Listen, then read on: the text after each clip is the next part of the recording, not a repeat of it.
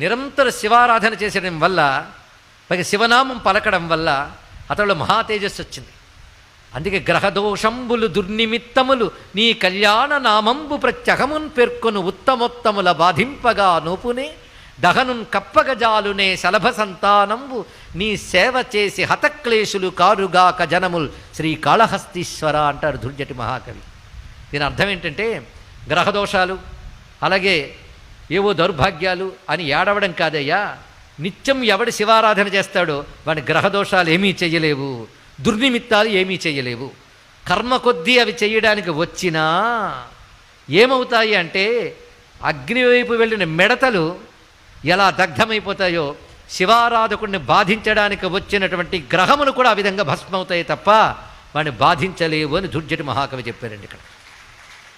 అంతే కదా, అలాంటి వాడి మీద ప్రతికూలాలు ప్రయోగించిన అనుకూలంగా మార్చేస్తాడు